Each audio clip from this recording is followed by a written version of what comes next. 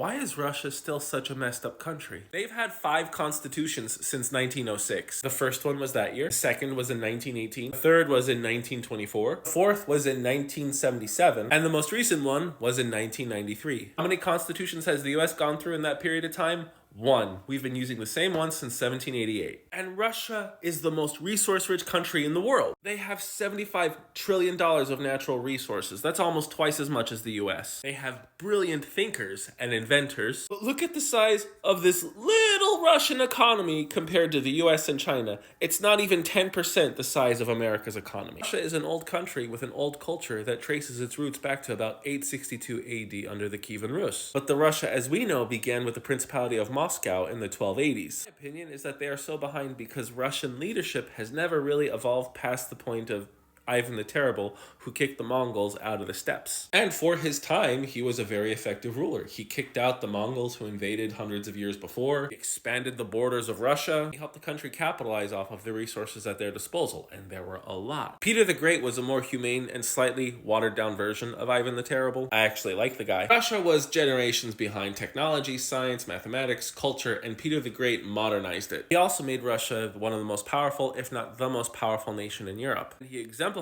this when he defeated the Swedes in the Great Northern War. The Swedes were the most modern army in Europe, and they were defeating the Russians time after time, and when Peter the Great kept getting this news, he finally said, "The Swedes will go along beating us for a long time, but eventually they will teach us how to beat them." And it's true, the Russians with a coalition of other countries ended up defeating the Swedes soundly. This is highly akin to George Washington's battles in the Revolutionary War. He lost most of the battles, but he won the ones that counted. And Russia, especially under Peter the Great, had the numbers, the resources, and the money to afford all of this. But today, Russia does not have the numbers, the finances, or the resources to afford beating us until we beat them. Which is why we are looking at the 2-year anniversary of Russia invading Ukraine and still not coming out with any major decisive victories. It is why the Russian economy is still so easily dwarfed by China. It is also why capitalism did not flourish in Russia after communism fell. Take communism out of Russia, but the steppe mentality is still ingrained in the leadership. Constant fear of invasion, stealing resources from one country and then granting them to the more friendly allies. That doesn't work in the 21st century. Look at the former Eastern Bloc countries that are actually prospering. Czech Republic,